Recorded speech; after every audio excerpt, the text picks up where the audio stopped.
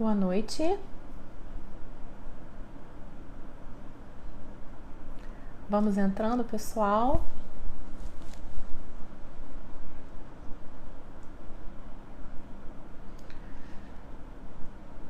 Boa noite, como vocês estão? Tudo bem? Bom, vamos lá, gente. Bem-vindos ao programa A Rota do Equilíbrio. É um programa que desmistifica muitos dos conceitos da astrologia védica e mostra na prática como que esse aprendizado pode te levar ao equilíbrio.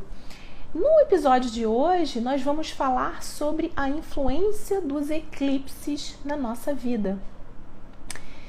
Bom, se você gosta de astrologia, se você tem interesse nos assuntos ligados à Índia, se você de repente está procurando alguma filosofia ancestral que leve ao autoconhecimento, que leve à profunda transformação, ao bem-estar, à autoestima e ao equilíbrio, você está no lugar certo. Então, vamos começar agora falando sobre o papel dos eclipses na nossa vida, aos impactos dos eclipses na nossa vida. Bom, para quem não me conhece, eu sou Renata Neme, sou astróloga védica e a minha missão, meu propósito é trazer o equilíbrio interior através do ensino da astrologia védica. Então vamos lá. Eu estou aqui com a minha colinha, né?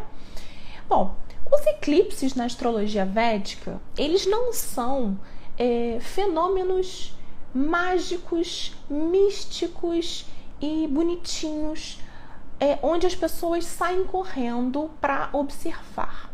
Na verdade, a última coisa que os textos clássicos eles sugerem é que você observe os eclipses. Na verdade, a gente deve fazer o contrário. A gente deve se recolher. A gente deve entrar em estado de meditação, em estado de oração, para aproveitar o melhor que essa energia sombria pode nos trazer. E eu vou explicar por quê. Então vamos lá. Antes de qualquer coisa, eu vou contar uma historinha mitológica para vocês. Nos textos clássicos, nos textos védicos, existiam os conflitos, existia uma guerra permanente entre dois grandes grupos, que eram os Devas e os Asuras. Quem são os Devas? Esses termos são em sânscrito, tá? Deva é pobremente traduzido para o português como deuses, os Devas como deuses e os Asuras como demônios, mas na verdade não é nada disso. Os Devas eram seres de luz, os Asuras eram seres sem luz. Então existia classicamente esse conflito eterno entre os seres de luz e entre os seres sem luz. Engraçado, isso em todas as filosofias, em todas as religiões, né? Existe essa dicotomia, esse conflito. Enfim, então existia esse conflito eterno entre esses dois grandes grupos. Só que a gente estava passando, o universo, a Terra, o planeta, estava passando por uma crise muito forte, muito profunda. E então, os grandes, realmente os deuses, né? Eles resolveram propor aos Devas e aos Asuras uma trégua. E por quê? Porque eles precisavam se unir para acabar com esse caos, com essa escuridão na qual o universo estava mergulhado. Então, o que aconteceu? Eles, então, se uniram para bater o oceano de leite, tá? Tudo isso a gente está falando de mitologia, né? Mas são mitos muito bonitos, são mitos recheados de significado. Enfim, então eles se uniram e utilizaram o corpo de uma serpente, que era um demônio, também era um Asura, utilizaram o corpo de uma serpente para fazer uma espécie de um cabo de guerra. Então, o grupo dos Devas puxava de um lado, o grupo dos Asuras puxava de um outro, e aí esse corpo da serpente estava enrolado em volta de uma montanha e a montanha começou a girar. E funcionou como uma batedeira. Então, batendo esse oceano de leite, emergiram do fundo do oceano inúmeros objetos, inclusive alguns objetos sagrados, outros nem tão sagrados. E um desses objetos sagrados que emergiram do fundo do oceano de leite foi o chamado Amritam, que é o néctar da imortalidade. Esse néctar da imortalidade era perseguido principalmente pelos asuras. Por quê? O que diferenciava os asuras dos devas, ou seja, os seres sem luz dos seres com luz, era justamente a imortalidade. Então, os demônios, eles perseguiam a imortalidade a qualquer preço, a qualquer custo. O que aconteceu então? Emergiu esse néctar da imortalidade, inúmeros objetos sagrados também emergiram, e então voltou-se a paz. A paz voltou a reinar no universo, voltou a reinar no nosso planeta. Então, aí passou-se a distribuir o Amritam, né? O que ia acontecer então? Formaram-se duas filas, né? A primeira fila foi a fila dos devas, a segunda fila foi a fila dos asuras. Tava tudo combinado, tá? Quem estava distribuindo isso era Vishnu, que é uma das 3 deidades hindus, da trindade hindu. Então, Vishnu, que é aquela deidade que é responsável pela manutenção do universo. Enfim, Vishnu, então, ele organizou a fila, as duas filas, né? E o Amritam, ele ia sendo distribuído primeiro para o grupo dos devas, porque a intenção era ir distribuindo para o grupo dos devas. Quando se chegasse ao grupo dos asuras, né, dos seres sem luz, não ia mais sobrar nada. Só que tinha um asura muito esperto, chamado de Swarbanu. Swarbanu, ele percebeu a malícia. Eu acho que eles não vão deixar o néctar da imortalidade pra gente. Então, sabe o que eu vou fazer? Eu vou me disfarçar, eu vou penetrar naquela fila ali dos devas. E assim ele fez. Ele penetrou naquela fila dos devas. E então ele estava ali, quietinho, ninguém percebeu. Até que o Sol e a Lua, que eram devas, estavam na fila, observaram aquela malícia do Swarbanu e falaram o seguinte: opa, Vishnu, aquele ali penetra, aquele ali não é do nosso grupo. Vishnu imediatamente se transformou numa bela mulher, pegou o seu chakra, é um disco que é uma das armas de Vishnu, e lançou, cortando ao meio o corpo de Swarbanu. Swarbanu, que tinha uma forma de serpente, então teve o corpo dividido ao meio. Só que Swarbanu não morreu. Não morreu porque ele já havia tomado um golinho do néctar. O que aconteceu? Swarbanu, então, passou a ficar com o corpo dividido em 2, né? Então, passou-se a ter a cabeça de um lado e o resto do corpo de outro. Isso deu origem a 2 personagens famosos na astrologia, chamados de Rahu e Ketu. Rahu, então, é a parte da cabeça e Ketu corresponde ao restante do corpo de Swarbanu. Bom, o que aconteceu então? Swarbanu, ele passou a ficar exilado no céu. Por que isso? Porque ele, então, ele passou a não pertencer mais ao grupo dos demônios, ao grupo dos asuras, porque, afinal de contas, os asuras, eles eram mortais. E Rahu e Ketu passaram a ser imortais. Por outro lado, os devas que eram imortais, eles não reconheciam Swarbanu, não reconheciam Rahu e Ketu, porque, afinal de contas, Rahu e Ketu, eles vinham de uma origem sombria. Eles conseguiram a imortalidade por uma enganação, por um truque. Eles não tinham os mesmos princípios dos devas. Então, os dois, né, Rahu e Ketu, eles foram exilados. Eles não pertenceram nem a um lado, nem a outro. Essa é uma característica muito forte de Rahu e Ketu, mas aí isso é objeto de um outro dia, de um outro assunto. Bom, então, o que aconteceu? Eles ficaram muito revoltados com o Sol e a Lua. Porque o Sol e a Lua, eles passaram a ser meio que os delatores, os causadores de todo esse infortúnio de Swarbanu que originou Rahu e Ketu. Então Rahu e Ketu ficaram com tanta raiva que eles passaram a perseguir o Sol e a Lua no céu. Algumas vezes por ano, normalmente 4 vezes por ano, eles conseguem engolir o Sol, engolir a Lua, causando os eclipses.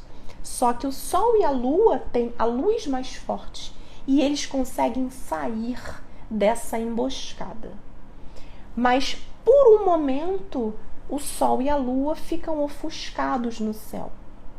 E Rahu e Ketu passam a ser visíveis. Eles são chamados de planetas sombra, justamente porque eles não têm corpo, eles são apenas sombra.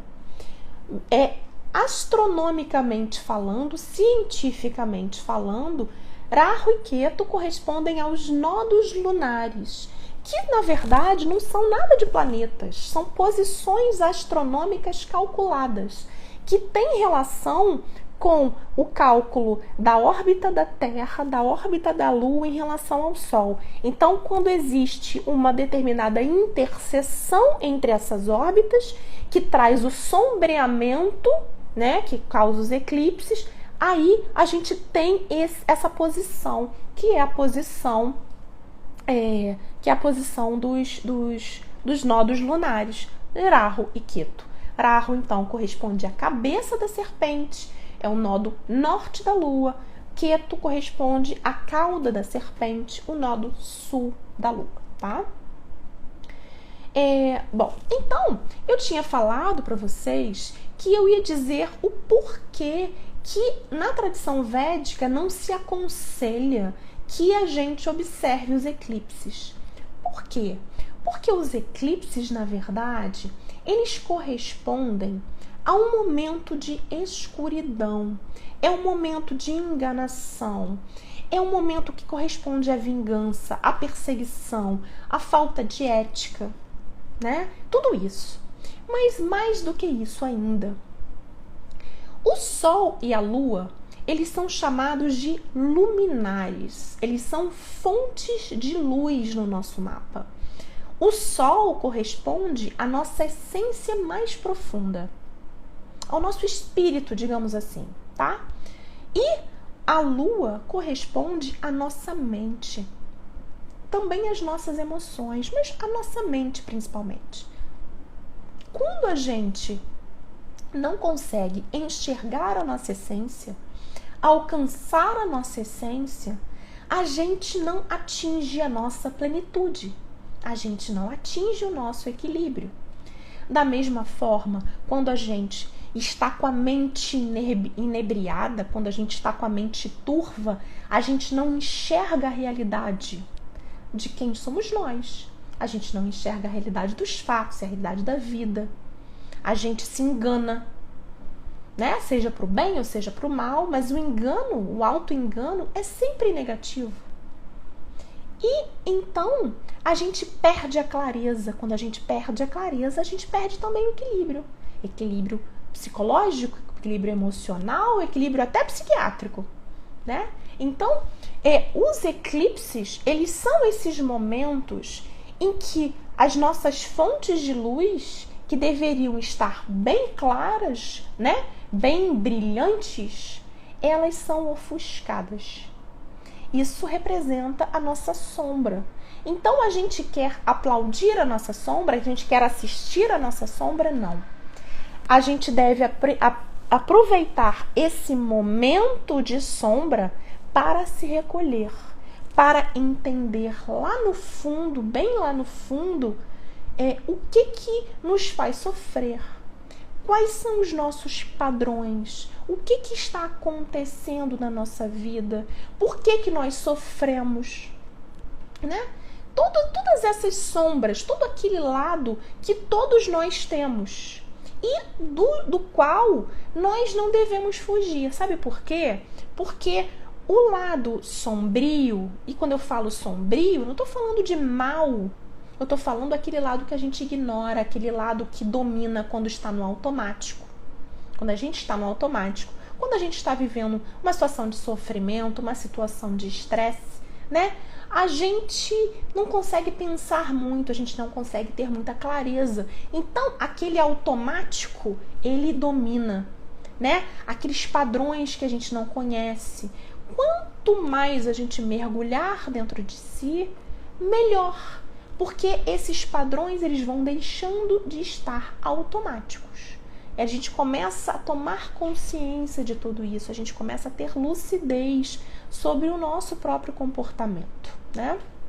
Então, esse é o momento de mergulhar, é o momento de meditar, é o momento de orar. Mas os eclipses, eles são sempre negativos? Não necessariamente. Os eclipses, eles têm uma energia muito espiritual. Na tradição védica, quando a gente fala em espiritual, a gente fala muito em autoconhecimento. A gente fala muito no mergulho dentro de nós. Porque quando a gente entende a nossa verdadeira essência, a gente se desprende de várias situações que nos fazem mal no mundo. Ou várias situações que trazem um pseudo-sofrimento. Mas quando a gente entende o que se passa dentro de nós, a coisa fica muito mais fácil, né? Enfim. Então, nesse momento do eclipse, as atividades espirituais, elas são muito bem-vindas. Então, orações, meditação, rituais, o entoar de mantras, tudo isso é muito frutífero, é muito, muito, muito positivo. Eu vou contar uma experiência minha, aconteceu comigo há muitos anos atrás. Eu vivia uma situação de estresse emocional muito profundo, aliás, acho que é a mais profunda da minha vida, um sofrimento, uma situação horrorosa. E tudo que eu queria era entender o porquê eu estava passando por isso, era entender, né, as razões, entender a saída para tudo aquilo que eu não conseguia enxergar de jeito nenhum, porque adivinha muito também de um padrão de comportamento meu que eu não enxergava. Então, naquele desespero, sabendo, né, que haveria um eclipse numa determinada madrugada, o que eu fiz? Eu coloquei o despertador para um pouquinho antes do início do eclipse. Eu lavei o meu rosto, lavei as minhas mãos, sentei em silêncio, fechei os meus olhos e comecei a entoar mantra. Comecei a entoar assim, com muito foco, sabe? Com muita profundidade, com muita vontade de me transformar, de alcançar aquela situação de sombra. E eu entoei durante todo o período, que durou algumas horas, durante todo o período relacionado ao eclipse. Bom, terminou aquele período, eu simplesmente voltei a dormir, entreguei, né? Tá feito, fiz a minha parte. Eu pedi ao universo e dormi. Acordei pela manhã, tomei banho. Enquanto eu estava no banho, eu normalmente no banho tem muitos insights, acho que é uma coisa comum. Eu comecei a ouvir uma voz interna. Calma, eu não estava tendo um surto psicótico, eu não estava tendo um surto esquizofrênico. Eu simplesmente, escutava uma voz interior, é uma ideia na minha cabeça que se tornava cada vez mais clara. E as fichas caíram. Foi incrível, incrível. E olha, eu sou uma pessoa muito pé no chão. Eu posso até me considerar muito cética em alguns aspectos. para eu conseguir acreditar na astrologia e verificar todo o bem que ela pode trazer, o equilíbrio que ela pode trazer, eu estudei muito e eu experimentei eu mesma para conseguir colocar em prática tudo aquilo que hoje eu prego. Enfim, foi impressionante. Eu não vou dizer que foi milagroso, porque resultou de um processo interno meu. Resultou de um esforço, de uma disciplina minha. Mas, e não me livrou do sofrimento. O sofrimento continuou lá, porque afinal de contas eu estava passando por uma metamorfose, um processo necessário. E a metamorfose, ela é dolorosa. Não existe metamorfose fácil. Algumas são mais fáceis do que outras. Mas não existe metamorfose fácil, não existe transformação fácil. Existe a garra, existe a vontade, existe o propósito da gente se transformar, da gente se buscar. Pois bem, mas aconteceu comigo. Então eu recomendo a todas aquelas pessoas que porventura precisam ou desejam uma transformação profunda, desejam alcançar bênçãos espirituais, bênçãos emocionais, eu recomendo sim que se façam rituais, orações, meditações durante os eclipses. Eu retratei uma situação concreta minha, mas pode não ser nada muito concreto. A gente pode pedir, por exemplo, lucidez. A gente pode pedir, por exemplo, proteção contra as nossas próprias sombras ou contra sombras externas, também está valendo. A gente pode pedir para se livrar do medo. Medos abstratos, tais como medo da morte, medo de não atingir o nosso propósito nessa vida, né? Medo de não dar conta, medo, sabe-se lá de que medo, né? Mas o medo também acaba sombreando, eclipsando a nossa vida, a nossa mente, o nosso equilíbrio. Então buscar se livrar do medo também é algo muito positivo para se fazer durante o eclipse. Isso eu falo tanto eclipse solar quanto eclipse lunar. Agora, falando especificamente dos eclipses, né? Como é que acontecem os eclipses? Nós temos então os eclipses solares e os eclipses lunares. Nos eclipses lunares, que acontecem sempre na fase cheia da Lua, o que acontece? A sombra da Terra, ela se reflete na superfície da Lua. Então nós temos o Sol, a Terra no meio do caminho e a Lua. Então a Terra, ela se coloca entre o Sol e a Lua. E aí ela sombreia uma parte da Lua. Isso a gente falando astronomicamente, né? Então, o que acontece? Numa lua cheia, que acontece quando o Sol está exatamente no signo oposto ao signo onde está a Lua, então exatamente o oposto, o que acontece?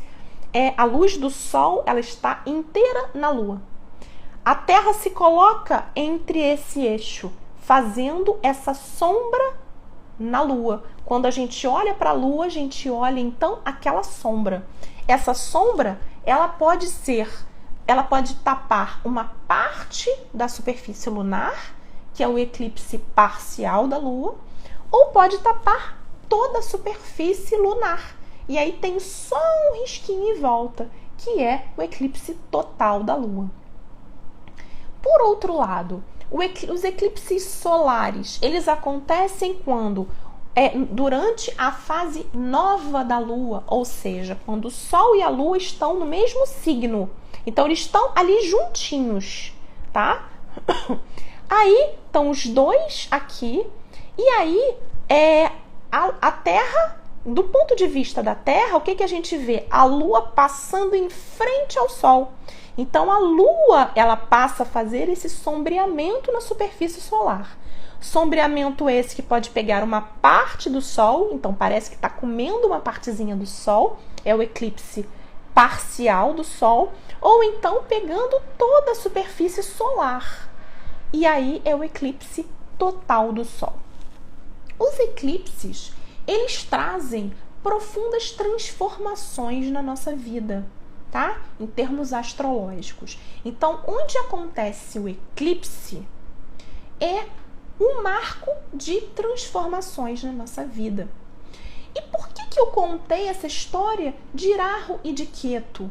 Porque são Rahu e Ketu que causam esses eclipses, né? Essa posiçãozinha de confronto, né? Entre Sol, Lua, Terra, é a posiçãozinha de Rahu e de Ketu. Então, Rahu e Ketu, eles sempre estão em signos opostos, tá? Então, se Rahu está num signo, Ketu está no signo exatamente oposto. E aí, então, a gente deve observar onde acontecem os eclipses. Os eclipses sempre vão acontecer nos signos onde Rahu e Ketu estão. Rahu e Ketu, eles ficam 1 ano e meio num signo, tá?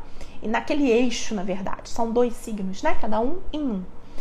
Ficam em torno de 18 meses. Então, durante esses 18 meses, durante esse ano e meio, Rahu e Ketu vão provocar eclipses naqueles 2 signos.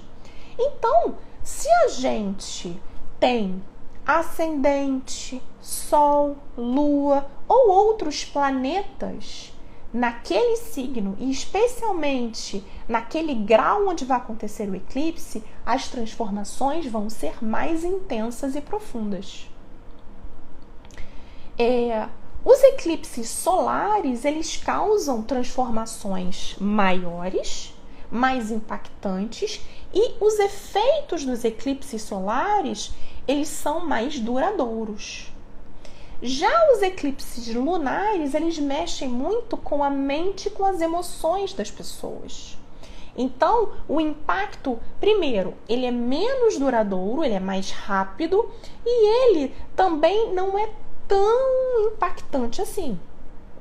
Só que, de qualquer forma, a gente está falando em mexer com a mente das pessoas, a gente está falando com humores, a gente está falando de emoções. Então as pessoas ficam mais instáveis, as pessoas às vezes ficam mais irritadiças.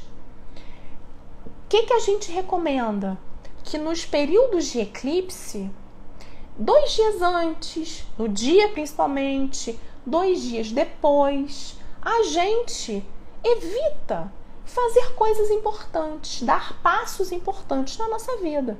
Então a gente vai evitar viagens, a gente vai evitar mudanças, assinatura de contrato. Olha, eu recomendo até evitar aglomerações, festas. Se for possível nem sair de casa, ótimo, mas eu não quero aqui espalhar o terror de forma alguma. O que eu estou, sugerindo é que a gente permaneça em recolhimento, mas nem sempre é possível. A gente tem os nossos compromissos, a gente tem trabalho, a gente tem estudo, a gente tem família, né? A gente tem emergências. E é isso, se tudo isso acontecer e demandar que a gente saia de casa, que a gente encontre pessoas, que a gente faça reuniões, ninguém vai morrer por causa disso. Os eclipses acontecem todo ano. Então, não é nada assim também tão trágico. O que eu recomendo? Que a gente saia do automático. Que a gente, antes de sair de casa ou antes de cumprir esse compromisso, que a gente faça uma oração, que a gente faça uma meditação, que a gente saia muito atento, né? Que a gente perceba tudo isso. Se a gente tiver consciência de que está acontecendo um eclipse, que vai acontecer, ou que acabou de acontecer um eclipse, a gente acaba também despertando meio que aquele coração de estudante, sabe? Aquela curiosidade, aquela vontade de entender as coisas, de observar. Peraí, Renata falou sobre os eclipses, sobre os efeitos dos eclipses. Deixa eu observar se é isso mesmo. Se as pessoas estão muito loucas ao meu redor, se as coisas estão acontecendo de uma forma meio inesperada, se os humores estão mexidos, é interessante a gente atiçar essa curiosidade, esse espírito observador e, principalmente, levar com humor, com bom humor, com leveza, sabe? Sem ficar esperando o pior. E olha, várias pessoas durante o período de eclipse me procuram desesperadas e mandam mensagem: meu Deus, o que eu posso esperar do eclipse? Vai recair em cima do planeta XYZ do meu mapa? Ou às vezes a pessoa nem sabe do mapa, mas a pessoa está angustiada. E eu falo: calma, observa, sabe? Vamos levar com bom humor. Como a gente deve levar, por exemplo, com Mercúrio retrógrado? A gente já não sabe o que está acontecendo? Então a gente observa e ri. Meu Deus, como pode? Como esse universo é sábio? E a gente saber o que pode esperar, a gente observar, é tão interessante, é tão libertador, traz tanto equilíbrio pra gente, traz tanta serenidade. E isso é muito, muito, muito positivo, né? Esse espírito investigador, mas sem aquela sensação pesada, aquela sensação trágica de que algo horrível vai acontecer. Não vai. Sabe? Quando a gente está realmente conectado, a gente observa tudo. Agora, uma outra coisa também em relação a medo, né? As pessoas têm muito medo. Bom, quando a gente fala em transformações trazidas pelos eclipses, algumas pessoas, elas ficam travadas, né? Elas ficam preocupadas. Gente, transformação é movimento e movimento é vida. Movimento nos impulsiona para frente, nos movimenta, nos impulsiona a mudar, a avaliar, a aprender. Então, se você está conectado com o universo, com os movimentos do universo, se você sabe que a gente está sempre sujeito a essas energias, a essa oscilação e que está tudo bem, os eclipses e as transformações trazidas por ele são maravilhosos. Agora, se você é uma pessoa apegada, se você é uma pessoa controladora, que tem medo de qualquer mudança, você tem medo de viver. E aí, sim, os eclipses eles podem ser preocupantes, porque vão fazer com que você saia sim da sua zona de conforto. Mas não tenha medo, tenha fé. Eu falei um pouco antes que os eclipses são ótimas oportunidades para você intensificar essa reflexão, esse mergulho dentro de si, para você intensificar essa vontade de superar o medo, de vencer o medo. Um dos grandes, como é que eu vou dizer? Uma das grandes deidades hindus, né? Que a gente gosta de levantar, gosta de adorar, né? De certa forma, honrar, melhor dizendo, adorar fica meio pesado. Honrar durante os eclipses é Shiva. Shiva, ele é conhecido como aquele que venceu a morte. Aquele que venceu, inclusive, o medo da morte. Porque a morte não existe. A morte é apenas uma transição, é apenas uma transformação. Eu sei que é difícil, tá? Eu sou uma pessoa que sempre tive muito medo da morte, confesso. E, por conta disso, eu tenho que fazer, sim, a minha disciplina, especialmente durante os eclipses, para que eu vença esse medo da morte, que é um medo que não leva a lugar nenhum, porque a morte é inevitável, a morte física é inevitável, mas eu continuo, eu sou, assim como todos nós somos, né? Então, bom, Falando agora especificamente de signos, né? Nos últimos 18 meses, Rahu e Ketu estiveram no eixo Touro e Escorpião. Rahu, ele está ainda em Touro, onde ele está muito forte, ele está exaltado, tá? Por quê? Rahu, ele representa, eu não vou me aprofundar muito no significado de Rahu nem de Ketu, mas é interessante a gente falar um pouquinho, né, desses dois grandes causadores dos eclipses. Então, Rahu, ele representa a cabeça da serpente, né, a cabeça de Swarbanu, e por conta disso, ele representa muitas compulsões, muitas obsessões, muitos processos mentais, muitos desejos. E desejos têm muita relação com Touro, que é um signo muito ligado ao prazer dos sentidos. E Rahu, ele gosta também de aproveitar os sentidos, de aproveitar o prazer, de aproveitar todo o aspecto material da vida. Então, Rahu se exalta em Touro, ele fica muito bem em Touro. Por outro lado, Ketu está em Escorpião, onde ele também fica bem. Na verdade, eu falei, Rahu se exalta em Touro, mas ele, para alguns, ele é considerado também o corregente de Touro. Mas eu gosto de utilizar Rahu como exaltado em Touro. Por outro lado, Ketu, então, está em Escorpião, que é exatamente o signo oposto de Touro. Enquanto Touro representa o apego, Escorpião representa o desapego. E assim é a nossa vida, né? A gente fica entre Rahu e Ketu, apega, desapega. E é assim, né? Nosso mapa tem esses aspectos. O aspecto que a gente apega, o aspecto que a gente desapega, o aspecto que a gente quer vivenciar muito, o aspecto que a gente não quer, né?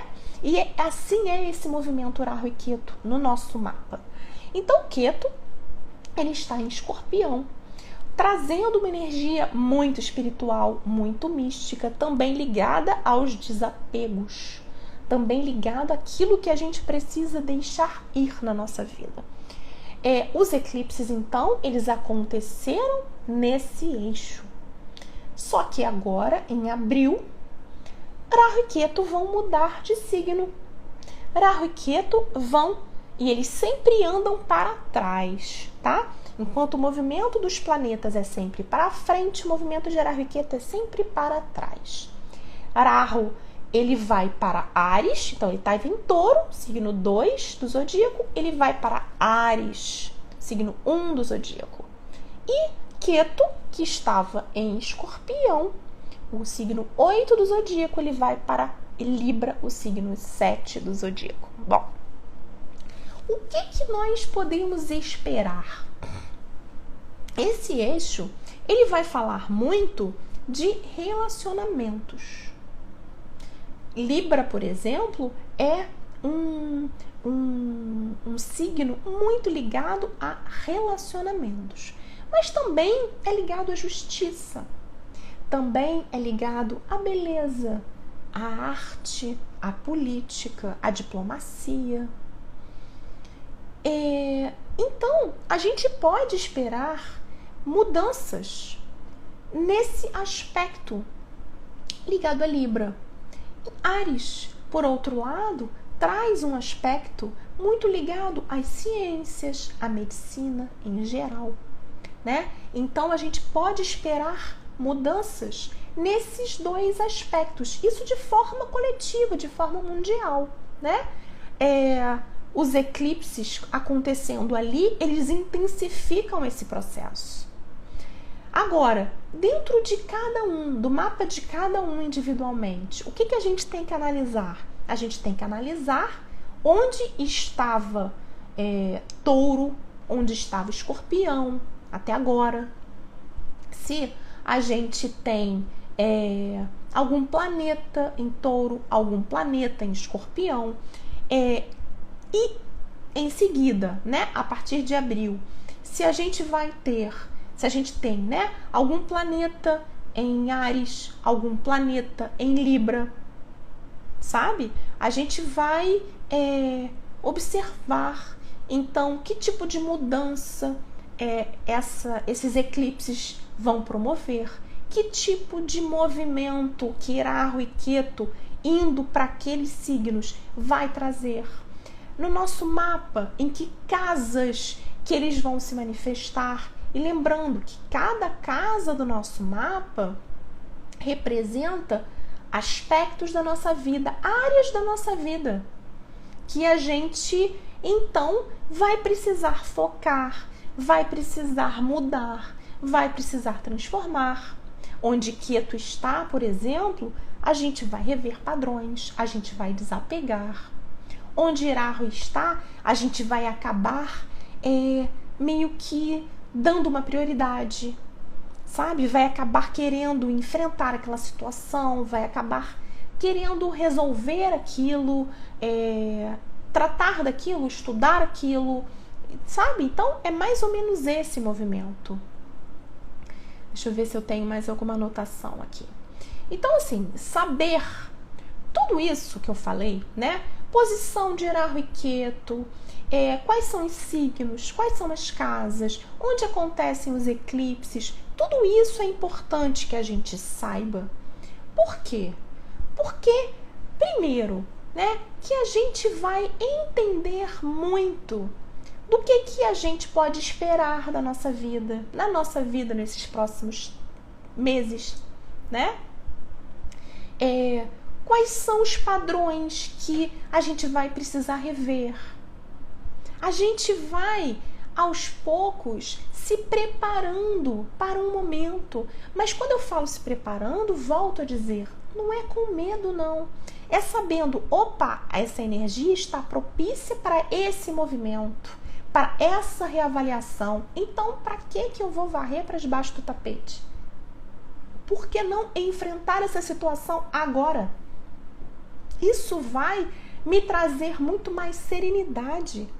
Isso vai me trazer muito mais bem-estar, qualidade de vida e equilíbrio, que é o que todo mundo quer, né? Isso é liberdade, isso é equilíbrio. Bom, pessoal, então, nesse episódio de hoje, né, eu falei sobre os eclipses, o impacto dos eclipses sobre a nossa vida.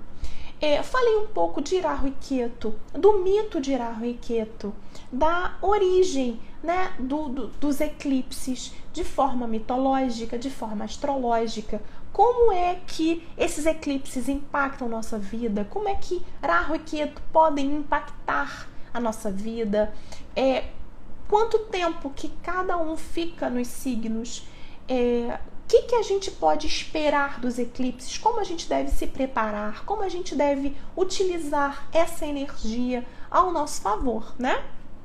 E aí, tudo isso acaba sendo muito benéfico para que a gente atinja o equilíbrio, né? Se vocês forem nas minhas redes, vocês vão ver outros diversos vídeos em que eu trago conceitos relacionados à astrologia védica, conceitos relacionados a essa tradição milenar e que ajudam a gente a se autoconhecer, a buscar essa qualidade de vida, essa serenidade, esse equilíbrio, né? Autoconhecimento é equilíbrio e essa é a prioridade do estudo da astrologia védica.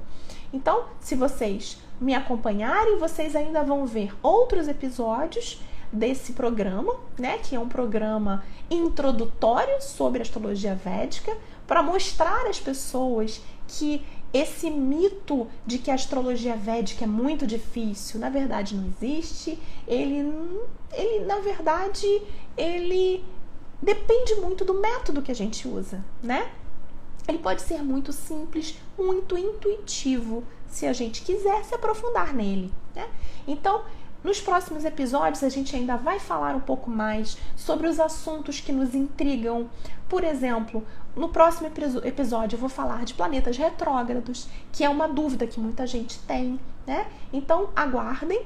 E aí, se você gostou desse vídeo, se você acha que merece de repente ser compartilhado com pessoas que tenham interesse nesse assunto, você compartilha, né? Deixa aqui os comentários a respeito do que você achou, experiências de repente que você possa ter tido com eclipses ou com Rahu e Ketu, dúvidas também, pode deixar nos comentários que eu vou ter muito prazer em responder todas elas, né? E por falar em dúvidas, agora vamos ver se o pessoal tem alguma dúvida aqui. Vamos lá.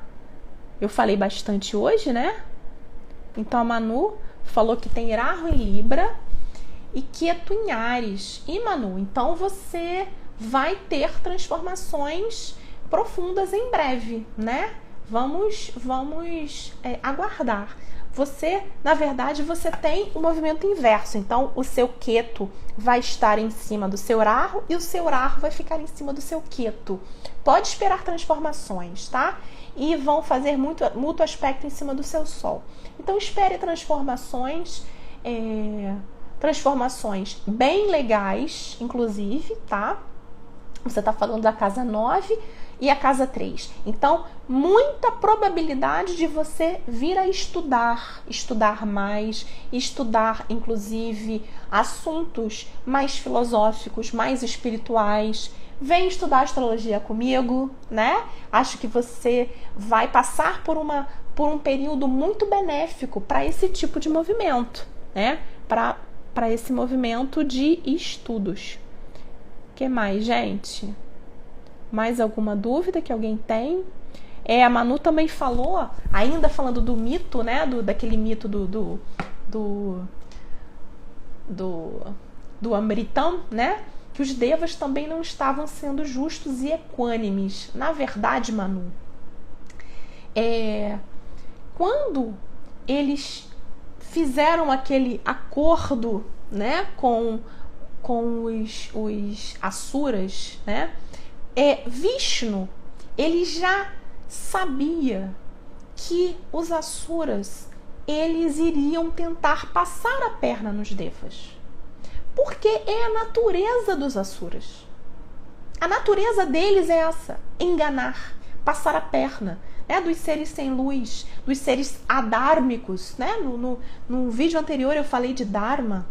Então, os seres adármicos, eles têm essa natureza, a natureza da enganação. Então, Vishnu já sabia que isso ia acontecer, né? Ele, com aquele esclarecimento dele, ele já sabia que isso ia acontecer. Então, ele já anteviu algum tipo de problema. E ele falou assim, bom, ele já foi com aquela intenção. A intenção era realmente que só os devas recebessem o Amritam. Mas ele sabia também que, de alguma forma, algum dos asuras ia aprontar e ia causar alguma confusão, como aconteceu. Então, existe sim essa situação, mas o que nós vamos fazer, né? É só uma história, gente. Carol falou que vai ser Rahu em cima do Mercúrio. Ah, sim. Rahu em cima do Mercúrio, movimento interessante. Rahu é a cabeça, né? E como a cabeça, ele tem processos intelectuais muito fortes. Em cima do Mercúrio, que é o planeta do intelecto, ele vai intensificar ainda mais esse tipo de movimento. Agora, cuidado só para não acelerar demais o pensamento, para não ficar com as ideias muito aceleradas e com pensamento obsessivo. Faça muita meditação, tá? Entoa muito mantra para que você canalize a energia de Rahu para o lugar certo, tá? Samantha falou que Rahu em Peixes na casa 11, Ketu em Virgem na casa 5. Ah, tá. Então, você não vai ter nenhum tipo de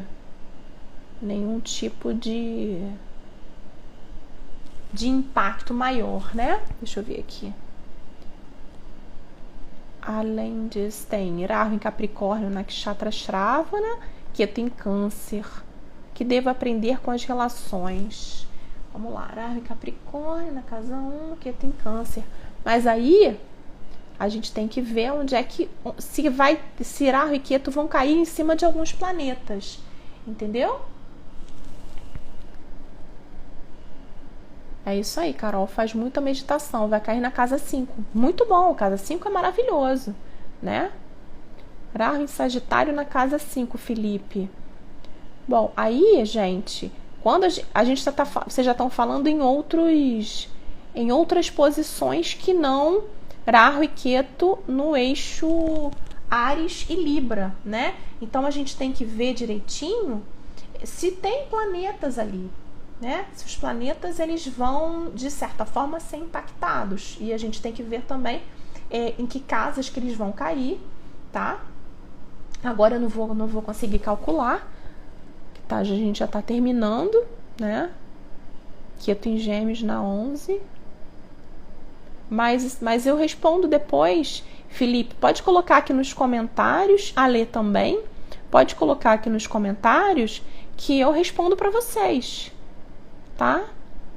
Rahu na casa 10 sobre a Lua, impacto no trabalho? Sim, certamente, Amandita, certamente. Rahu na casa 10 sobre a Lua, impacto no trabalho, sim, com certeza, com certeza.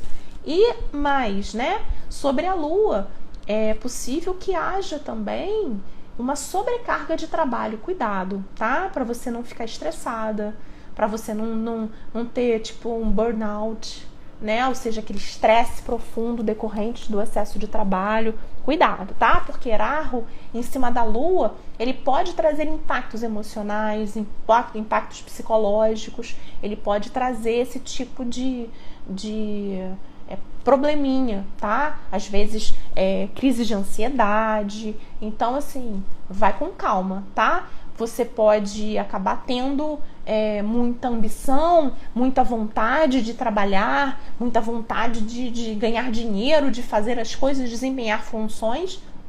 Agora, cuidado para não abraçar mais tarefas do que você pode dar conta, tá? Porque isso pode trazer, sim, muitos impactos negativos na sua mente.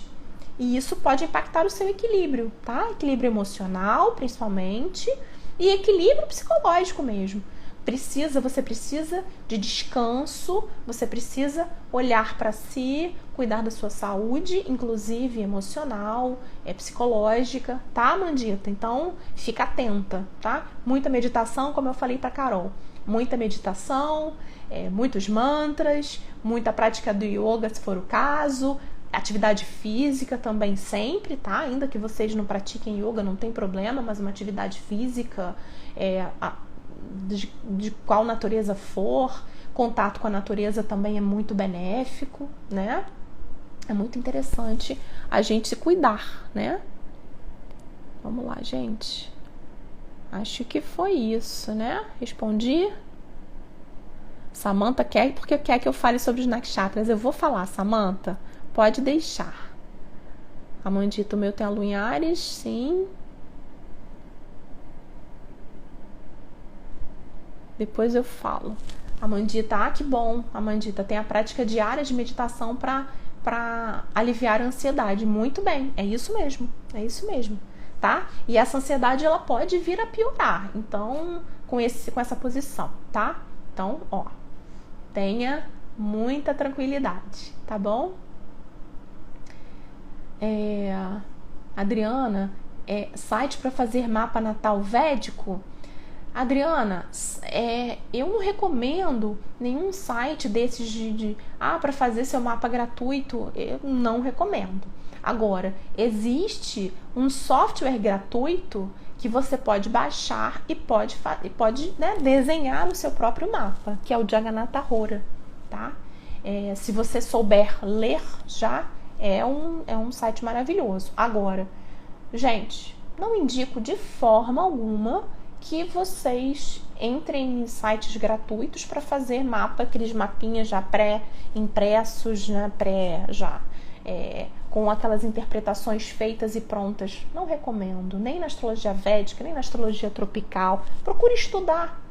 Se você não quer consultar um astrólogo, seja você o astrólogo. Vai estudar, procure fazer o seu mapa. Sabe? É muito mais benéfico você estudar e você fazer o seu mapa do que você ir para esses sites aí que fazem mapa gratuito, que não recomendo mesmo, tá? Não recomendo.